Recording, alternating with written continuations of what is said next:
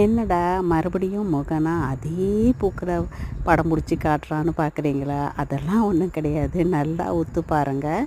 இது காலையில் 6:30 மணிக்கு எடுத்தேன். அப்போ எடுக்கும் பொழுது இந்த பூக்களில் நிறைய பூக்கள் வெள்ளையாக இருக்குது பாருங்கள். காலையில் இது விரியும் பொழுது இப்படி தான் வெள்ளை கலரில் தான் விரியுது.